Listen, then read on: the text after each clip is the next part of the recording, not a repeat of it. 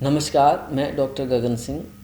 हम बात कर रहे हैं व्यवसाय योजना और शुभारंभ क्या होता है। इसमें अभी तक हमने जो हमारी पूर्व में चर्चा हुई उसमें हमने बात करी व्यवसाय योजना से हम क्या समझते हैं, व्यवसाय योजना के प्रकार कौन कौन से हैं और व्यवसाय योजना के मुख्य घटक कौन कौन से हैं। और इसके अतिरिक्त हमने ये भी जाना कि इसको व्यवसाय को शुरू करने के लिए वित्तीय जो स्रोत हैं वो कहाँ कहाँ से उपलब्ध हो सकते हैं। अब हम जो बात कर रहे हैं वो कर रहे हैं कि व्यवसाय का शुभारंभ। अभी तक हमने योजना की बात करी, अब हम शुभारंभ की बात कर रहे हैं कि स्टार्ट बिजनेस को क्या है वो उसको कैसे शुरू किया जाता है। तो कहने का अभिप्राय है कि बिजनेस लॉन्च से हमारा अभिप्राय है कि व्यवसाय योजना बनने के बाद जब वास्तव में एक्चुअल में जो व्यवसाय हम हमारे द्वारा शुरू किया जाता है, जब मार्केट में हम एंटर कर जाते हैं किसी भी प्रोडक्ट या सर्विस को लेके, तो वो हमारा क्या कहलाता है, व्यवसाय का शुभारंभ कहलाता है। इसमें देखिए मुख्य जो स्टेप्स हैं कौन कौन से। सबसे पहले हमारा आता है कि व्यवसाय का पंजीकरण, कि कंपनी रजिस्ट्रेशन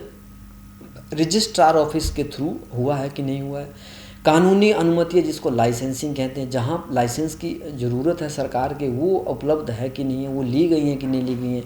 जीएसटी या टैक्स पंजीकरण उसका किया गया है कि नहीं किया गया। बैंक खाता खोलना, बैंक में खाता खोला गया कि नहीं खोला गया। ब्रांडिंग और मार्केटिंग की शुरुआत किस तरह से करेंगे, ब्रांडिंग कैसे होगी, या एमबीबी या पहले उत्पाद सेवा का लॉन्च, जैसे हमने मिनिमम वायबल प्रोडक्ट, या अगर पहले से कोई प्रोडक्ट या सेवा सर्विस है तो उसका लॉन्च करना, ये सभी हमारा किस में सम्मिलित होता है, ये हमारा शामिल होता है बिजनेस लॉन्च में, जिसमें जो स्टेप्स हैं वो इस तरह से जो पंजीकरण से शुरू होता है उत्पाद या लॉन्च पे समाप्त होता है। उसके बाद हमारा आता है कि execution and scaling. Business start हो गया, आप उसका एग्जीक्यूटिंग स्केलिंग कैसे करेंगे। इसमें एक लीन स्टार्टअप जो दृष्टिकोण है, जो हमारा अप्रोच है, वो है बिल्ड, मेज़र एंड लर्न। बनाएं, फिर उसको मापें और फिर सीखें। इसी फॉर्मूले के ऊपर किसी भी बिजनेस की सक्सेस और फेलियर डिपेंड करती है। ग्राहक प्रतिक्रिया, आपका कस्टमर का रिस्पॉन्स है, उसके आधार पर परिवर्तन उसको जाना जाता है। स्केलिंग के लिए आपको जो आवश्यक बातों का ध्यान रखना है वो कौन कौन सी है। ये पहला आपको ग्राहक संतुष्टि, कस्टमर सेटिस्फेक्शन, ऑटोमेशन, कितनी तरह से ऑटोमेशन है उसमें, आप मतलब जहाँ पे मैन पावर का कम से कम यूज़ करके ग्राहकों को सुविधाएं दी जाती है। नए बाज़ार में विस्तार, एक्सपेंशंस ऑफ न्यू मार्केट, कैसे हम नए बाज़ार में विस्तार कर सकते हैं। तो ये हमारा किस में आता है, एग्जीक्यूशन एंड स्केलिंग में। उसके बाद हमारा आता है, क्योंकि ये टर्म्स आपस में बहुत को रिलेटेड है, इसलिए थोड़ा थोड़ा आपको इसके बारे में बताया जा रहा है कि एग्जीक्यूशन स्केलिंग क्या होती है। इसी क्रम में जैसे उद्यमिता कौशल, एंटरप्रीन्योरल स्किल्स, ये क्या है। इसमें सबसे पहले आपका क्या देखा जाता है, नेतृत्व क्षमता, लीडरशिप, आपकी कैपेसिटी क्या है। निर्णय लेने की क्षमता, आप डिसीजन लेने की कैपेसिटी आप में क्या है। जोखिम लेने की प्रवृत्ति, आप में टेंडेंसी क्या है, आप कितना रिस्क बियर कर सकते हैं। नवाचार और रचनात्मकता, आप इनोवेशन एंड क्रिएटिविटी का क्या रोल, और कम्युनिकेशन स्किल्स आपकी क्या चाहिए। वास्तव में ये जो उद्यमिता कौशल को इसलिए यहाँ चर्चा में शामिल किया गया संक्षेप में, क्योंकि ये किसी भी व्यवसाय को स्टार्ट करने के लिए जो आपका एंटरप्रेन्योर है उसमें क्या क्या क्वालिटीज़ होनी चाहिए। तो ये क्वालिटी अगर उसमें है तो इस बात में कोई शंका नहीं कि उस व्यवसाय को जो शुरू करने जा रहे हैं, जिसके लिए योजना बनाई गई है, उसमें उसको सफलता ना मिले।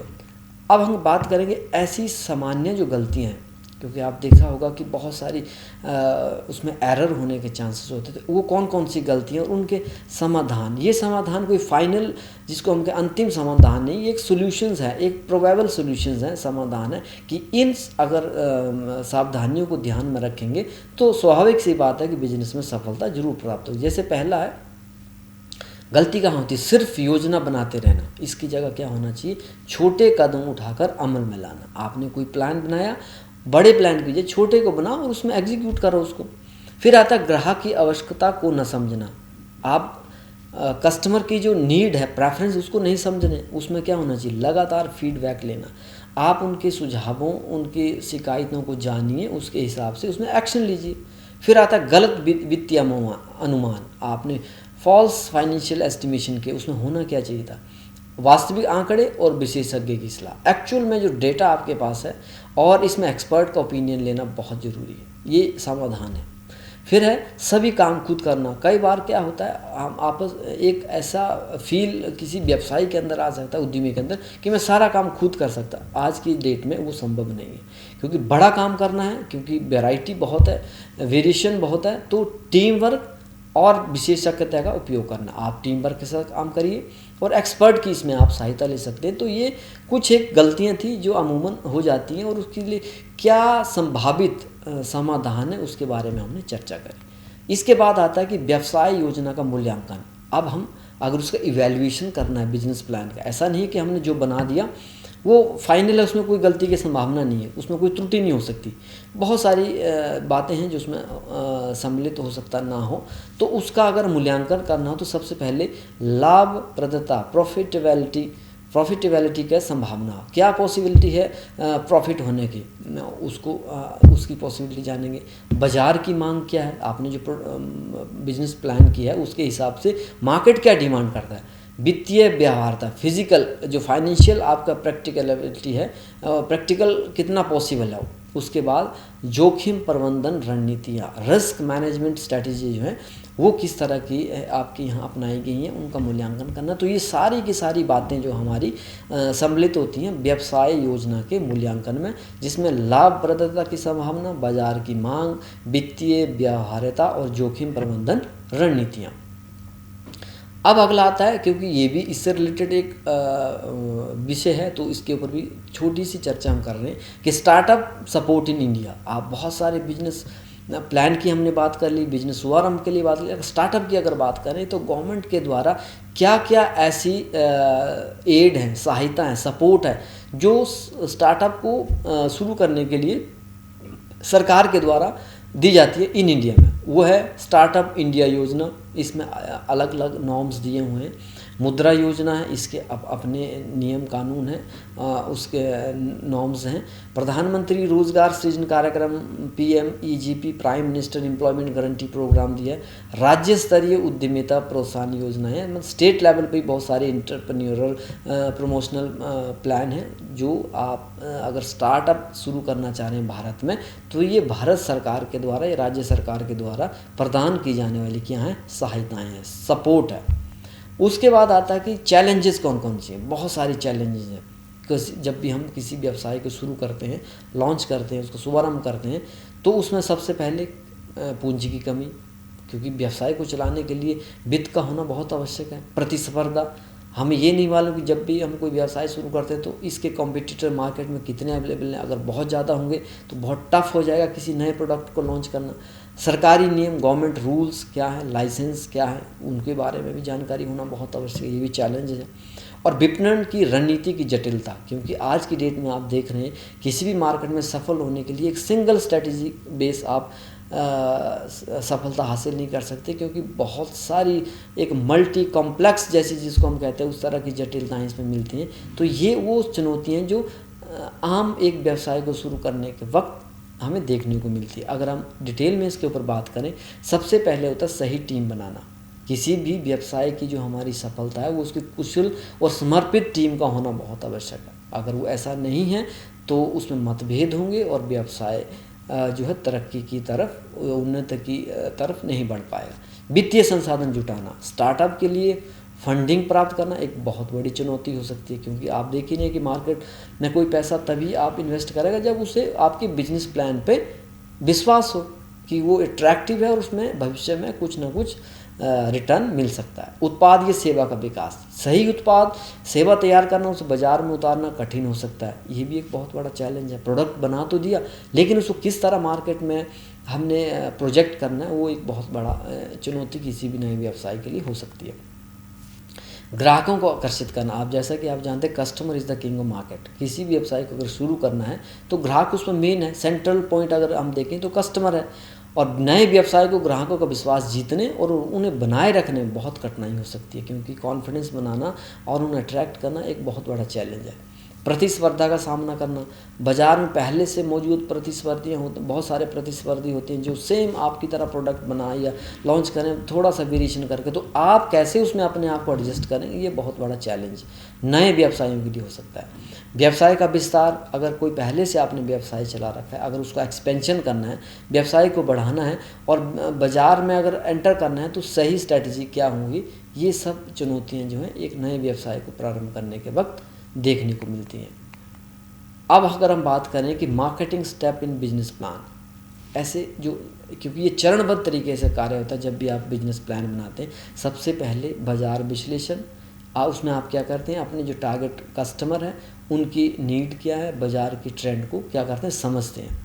दूसरा, प्रतियोगी अनुसंधान, आपने जो भी प्रोडक्ट लॉन्च किया है या सर्विस आप ऑफ़र करने जा रहे हैं उसके पैरेलल कौन कौन से प्रतिस्पर्धी मार्केट में ऑलरेडी, उनके लिए क्या क्या स्ट्रैटेजी होनी चाहिए, कहने का अभिप्राय है उनकी आप स्ट्रेंथ और वीकनेस को एनालाइज करेंगे, पहचानेंगे। ब्रांडिंग और स्थिति निर्धारण, पोजीशनिंग जिसको हम बोलते हैं, आप अपने व्यवसाय की एक अनूठी पहचान ब्रांड के थ्रू बनाएंगे, एक उसका अलग एग्जाम्पल सेट करेंगे और बाज़ार में उसको क्या करेंगे, सही तरीके से प्रस्तुत करेंगे। फिर आता है विपणन रणनीति। विपणन रणनीति में, मार्केटिंग स्ट्रेटेजी में आपका डिजिटल मार्केटिंग, सोशल मीडिया, विज्ञापन, प्रचार अभियान की योजना, ये सभी इसमें शामिल होती हैं। तो मार्केटिंग स्ट्रेटेजी में इन सब पक्षों को भी ध्यान में रखना पड़ता है। फिर आता है हमारा बिक्री और वितरण चैनल, अपने उत्पाद को ग्राहक तक पहुंचाने के, क्योंकि जब अगर कोई प्रोडक्ट आपने बहुत अच्छी क्वालिटी का बनाया और सही समय पर अगर मार्केट तक नहीं पहुंच पाया तो उसका कोई भी यूज़ नहीं। और इसी तरह से आप जो मौसमी फसलें होती हैं, फल होते हैं, अगर सही समय पे मार्केट में नहीं पहुंचे तो बहुत बड़ा नुकसान बिजनेस को हो सकता है। तो जैसे ऑनलाइन स्टोर आपने खोल दिए, आपने रिटेलर के माध्यम से, डायरेक्ट सेलिंग के माध्यम, ये चैनल हैं आप जहाँ जिसके थ्रू अपने गुड्स को दूसरे तक पहुँचाते हैं। फिर आता है हमारा ग्राहक संबंध प्रबंधन, क्योंकि कस्टमर मैनेजमेंट रिलेशनशिप किसी भी व्यवसाय की महत्वपूर्ण कड़ी होती है। ग्राहक को एक बार नहीं, आपने दोबारा क्रय करने के लिए प्रोत्साहित करना है, उसको आकर्षित करना है, जोड़ने के लिए और उसकी संतुष्टि सुनिश्चित करने के लिए आपको एक स्ट्रेटेजी बनानी पड़ती है, रणनीति बनानी पड़ती है कि ग्राहक एक ही बार आपकी दुकान में ना आए, बार बार आपके पास आए, ताकि आपकी सेल जो है बढ़ती रहे। इसके अतिरिक्त अगर हम बात करें कि एक सफल व्यवसाय को शुरू करने के लिए कुछ महत्वपूर्ण सुझाव, क्योंकि अभी तक तो हमने योजना की बात करी, फिर हमने उसमें आने वाली चुनौतियों की बात करी, अब सुझाव क्या हो सकते हैं। सबसे पहले आप क्या करें, ठोस व्यवसाय योजना बनाएं, एक स्पष्ट बनाएं, विस्तृत व्यवसाय योजना आपको तैयार करनी चाहिए। अपने लक्ष्य, रणनीति और वित्तीय पूर्वानुमान उसमें शामिल हो। आप मार्केट की पहचान करें, आइडेंटिफाई द मार्केट, आपने लक्षित ग्राहक और प्रतिस्पर्धी को समझें ताकि आप सही रणनीति बना सकें। फिर आता है सही बिजनेस कनेक्शन बनाएं, नेटवर्किंग करें और उद्योग से जुड़े लोगों से संपर्क बनाए रखें, क्योंकि एक अकेला आदमी अगर व्यवसाय शुरू करता है तो आवश्यक नहीं है कि वो अकेला ही रह के दूसरे, बिना किसी दूसरे के साथ गठबंधन करके या बहुत सारे अनुबंध के माध्यम से ना जुड़ के, अकेला उसके लिए बहुत मुश्किल हो जाती है। इसके लिए नेटवर्किंग का कॉन्सेप्ट उसको अच्छी तरह से आना चाहिए। नई स्किल सीखें, क्योंकि आगे बढ़ने के लिए बहुत सारी नई तकनीकें और कौशल जो समय के साथ आती मार्केट में आ रहे हैं, उनके साथ भी अपडेट और उनको सीखना बहुत आवश्यक है। फिर आता मार्केटिंग पर ध्यान दें, जैसे कि मैंने पहले आपको बताया, डिजिटल मार्केटिंग लेंगे आप, सोशल मीडिया ले लें या अन्य प्रचार माध्यमों का उपयोग करें। कंपनी रिकॉर्ड्स को सही रखें, क्योंकि आपकी बहुत सारी व्यवसाय की सफलता, किसी कंपनी की सफलता उसके जो रिकॉर्ड मेंटेनेंस है उसके ऊपर डिपेंड, क्योंकि बहुत सारे वित्तीय और कानूनी दस्तावेजों, कानूनी जो हमारे कार्रवाई होती है उसमें ये बहुत मायने रखता है। स्पर्धा पर नजर रखें, आपके मार्केट में कॉम्पिटिटर कौन कौन से, उनके लिए क्या रणनीति हो सकती है, उसके ऊपर ध्यान देने की बात है। क्रिएटिव बने, हर समय नया सोचे, नए विचारों को अपनाएं, ताकि आपका व्यवसाय औरों से अलग हो, तो इससे आपको ब्रांडिंग करने में भी आसानी होगी। फिर अगर हम बात करें जैसे बिजनेस जो हमारा प्लान है उसमें अपडेटिंग और रिवाइजिंग का क्या महत्व है। जैसे अगर आपने कोई प्लान करना है रिवाइज, तो देखिए या तो एनुअल होगा या वो त्रैमासिक, मतलब जो जिसको 3 महीने के हम कहते हैं, या फिर मासिक, मंथली हम जिसको कहते हैं। तो वार्षिक में आपने क्या क्या से आपके विवरण हैं, त्रैमासिक में क्या है, मासिक में क्या है। जैसे मासिक में आपका नकदी प्रवाह, कैश फ्लो, उसमें आपका आ जाता है कि आपका जो ग्राहक संतुष्टि किस तरह से। वार्षिक वाले में पूर्ण वित्तीय आपका जो समीक्षा है वो आ जाती है। दीर्घकालीन आपके लक्ष्य क्या हैं, उत्पाद लाइनअप कैसा है, स्वॉट एनालिसिस आप किस तरह से करेंगे। त्रैमासिक में क्या हो सकता है, उपभोक्ता की राय जानिए आप, विपणन अभियान किस तरह से होता है। तो ये बहुत सारे बिंदु हैं जो आपकी व्यवसाय योजना को अपडेट और रिवाइज करने में सहायक होते हैं।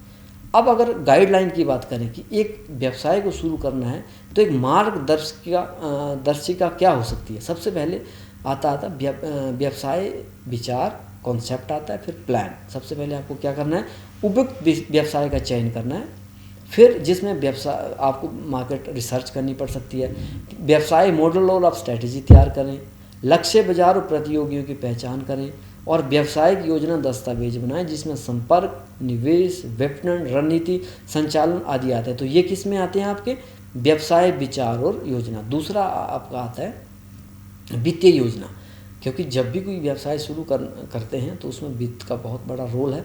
तो आरंभिक निवेश और संभावित लागत का विश्लेषण आप करें।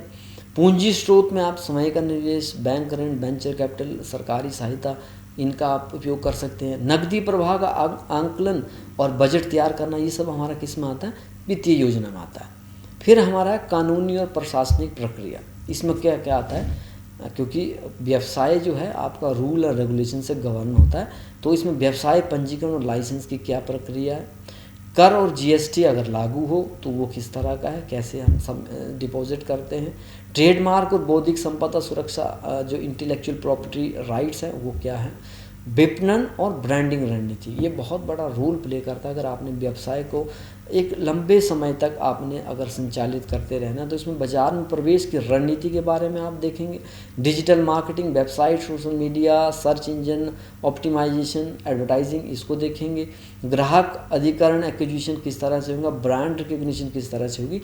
ये हमारे सारे के सारे बिंदु जो हैं वो विपणन और ब्रांडिंग रणनीति में आते हैं। अब इसके बाद एक और बिंदु है ऑपरेशंस एंड टीम मैनेजमेंट, क्योंकि जैसा कि हमने आपसे चर्चा करी, किसी भी व्यवसाय को शुरू करने के लिए एक अकेला व्यक्ति पर्याप्त नहीं होता, उसमें टीम के रूप में काम करना पड़ता है। तो आपको क्या करना है, आप उत्पाद या सेवा की गुणवत्ता को क्या करेंगे, सुनिश्चित करेंगे। आप कुशल टीम का निर्माण करेंगे, जो एफिशिएंट टीम है उसका निर्माण करेंगे। संचालन प्रक्रिया को आप सुव्यवस्थित करेंगे। अरेंज्ड आपके पास होनी चाहिए, कहीं भी एम्बिग्यूटी या कोई जिसको हम कहते हैं कि हर चीज़ बहुत क्लियर होनी चाहिए, प्रैक्टिकल ओरिएंटेशन उसका होना चाहिए। नकदी का प्रवाह, कैश फ्लो का आंकलन और बजट तैयार करना, ये सब हमारा किस में आता है, ऑपरेशंस एंड टीम मैनेजमेंट में। तो अगर हम सार में अगर इस जो आज की चर्चा उसको हम करें तो ये है, जैसे व्यवसाय की सफलता का आधार जो हम मानते हैं वो है हमारी सही योजना और समय पर उसका कार्यान्वयन, एग्जीक्यूशन करना उसका। दूसरा है, ये जो व्यवसाय योजना होती है ये न केवल व्यवसाय को निश्चित दिशा प्रदान करती है, बल्कि निवेशकों, वित्तीय संस्थानों और साझेदारों को भी ये विश्वास दिलाती है कि जो योजना बनाई है प्रभावशाली है। हर विचार को व्यवसाय नहीं बनाया जा सकता, लेकिन एक अच्छी योजना उसे वास्तविकता में क्या कर सकती है, बदल सकती है।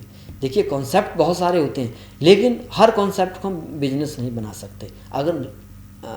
अगर आपका बिजनेस प्लान सही है, योजना सही है, तो वो उसको वास्तविकता में बदल सकती है।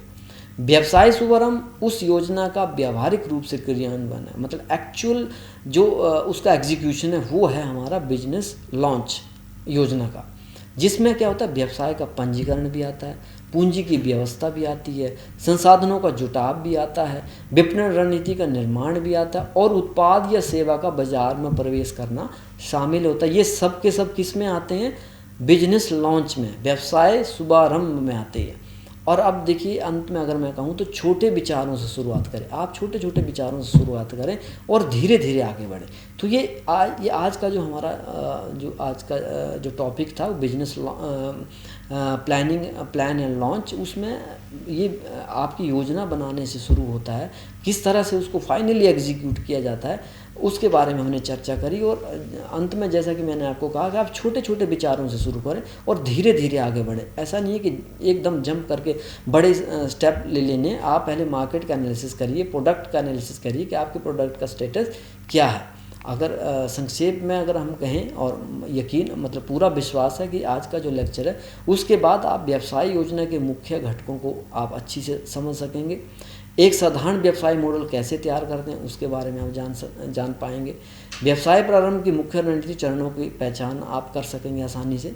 व्यवसाय प्रारंभ की प्रमुख चुनौतियां कौन कौन सी, उनका विश्लेषण आप कर सकेंगे।